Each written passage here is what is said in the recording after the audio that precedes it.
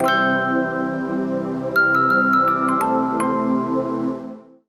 friends, welcome to Pebbles. நான் உங்கள் கோபி சுதா கோவை சமையல். நம்ம இன்னைக்கு செய்ய போகிறது மதுரை தண்ணி சட்னி.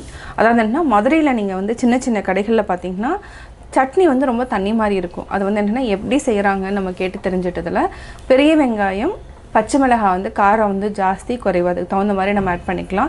இது கூட என்னென்னா நல்லா ஆற வச்சுட்டு பொட்டுக்கடலையில் அப்படியே போட்டு அரைச்சிடணும், தண்ணி நிறையா விட்டு அரைச்சிடணும். அவ்வளோதான், ரொம்ப சிம்பிளாக இருக்கும். அதே மாதிரி இதுக்கு என்னென்னா தேங்காய் வந்து தேவை கிடையாது. இப்போ எப்படி செய்கிறதுன்னு பார்க்கலாம். தண்ணி சட்னிக்கு தேவையான பொருள்கள் என்னென்னு பார்த்தீங்கன்னா 2 பெரிய வெங்காயம் எடுத்துக்கலாம், 4 பச்சை மிளகாய், உங்களுக்கு காரம் ஜாஸ்தி தேவைன்னா இன்னும் 2 கூட ஆட் பண்ணிக்கலாம். இதுக்கு என்னென்னா ஒரு 150 கிராம்ஸ் அளவுக்கு பொட்டுக்கடலை வச்சுக்கலாம். இவ்வளோ தான் இன்க்ரீடியன்ட்ஸ். இதுக்கு மேலே நம்ம தாளிச்சுக்கலாம். இப்போ எப்படி செய்கிறதுன்னு பார்க்கலாம். ஃபஸ்ட்டு வந்து 2 வெங்காயம் பச்சை மிளகாயை நல்லா வதக்கிக்கணும். ஆற வச்சுட்டு பொட்டுக்கடலை ஆட் பண்ணி அரைக்க போகிறோம். அவ்வளோதான், ரொம்ப சிம்பிள் தான். இது வந்து என்னென்னா மதுரை தண்ணி சட்னின்னு சொல்லுவாங்க. இது ரொம்ப ஃபேமஸ் மதுரையில். இப்போ எப்படி செய்கிறதுன்னு பார்க்கலாம். இப்போ நம்ம ஒரு பேன் எடுத்துக்கலாம். பேனில் ஒரு 2 டேபிள் ஸ்பூன் அளவுக்கு நம்ம எண்ணெய் விட்டுக்கலாம்.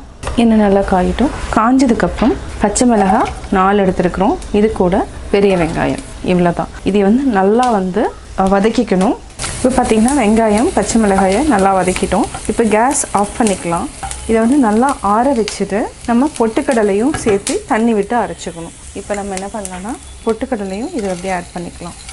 அப்படியே மிக்சிலையும் ஆட் பண்ணிக்கலாம். இதை நல்லா மிக்ஸ் பண்ணி விட்டுக்கலாம். லைட்டாக வந்து வதக்கிறப்ப என்னென்னா கொஞ்சம் டேஸ்ட் வந்து நல்லாயிருக்கும். நம்ம அதனால் இதையும் சேர்த்துட்டு அதாவது ஆஃப் பண்ணிடணும். ஆஃப் பண்ணிவிட்டு பண்ணிங்கன்னா தான் டேஸ்ட் நல்லாயிருக்கும். இல்லைனா நம்ம அப்படியே டைரெக்டாகவும் போட்டு அரைச்சிக்கலாம். இதை நல்லா ஆறட்டும். ஆறுனதுக்கப்புறம் நம்ம உப்பு சேர்த்து அரைச்சிக்கலாம். உப்பு இப்போ தேவையான அளவு போட்டுக்கலாம். கல்லுப்பு ஆட் பண்ணிக்கிறோம். இப்போ நம்ம அரைச்சிக்கலாம். நல்லா ஆறிடுச்சு. இதில் என்னென்னா நம்ம வந்து தேங்காய் எல்லாமே நம்ம செய்கிறது ஒரு ஸ்பெஷாலிட்டி. அதே மாதிரி கெட்டும் போகாது அவ்வளோ சீக்கிரம். நம்ம அரைச்சி எடுத்துக்கலாம். அரைச்சிட்டோம், ஆட் பண்ணிக்கலாம். இன்னும் கொஞ்சம் தண்ணி விட்டுக்கலாம். என்ன நல்லா தண்ணி மாதிரி இருக்கணும். அப்போ தான் வந்து இந்த சட்னியோட டேஸ்ட் வந்து நல்லாயிருக்கும். நல்லா மிக்ஸ் பண்ணி விட்டிங்கன்னா கன்சிஸ்டன்சி வந்து இப்படி இருக்கணும், நல்லா தண்ணி மாதிரி இருக்கணும். இப்போ நம்ம தாளிச்சிக்கலாம். நல்லெண்ணெய் ஒரு ஸ்பூன் விட்டுக்கலாம். எண்ணெய் நல்லா காயிட்டும். கடுகு 1/2 டீஸ்பூன். இதுக்கு கடலை பருப்பு உளுத்தம் பருப்பு கொஞ்சம் ஜாஸ்தி போட்டுக்கலாம். நம்ம 3/4 ஸ்பூன் அளவுக்கு போட்டுக்கலாம். கருவேப்பிலை போட்டுக்கலாம். வரமிளகாய் 2 போட்டுக்கலாம். இது கொஞ்சம் காரமாக இருக்கும். இப்போ நம்ம கொஞ்சமாக பெருங்காயம் ஆஃப் பண்ணிக்கலாம்.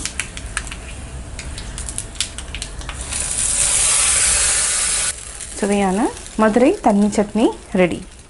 மதுரை தண்ணி சட்னி எப்படி செஞ்சுங்கிறத பார்த்தீங்க. நீங்களும் வீட்டில் ட்ரை பண்ணி பாருங்கள். பார்த்துட்டு உங்களுடைய கமெண்ட்ஸ் எனக்கு சொல்லுங்கள்.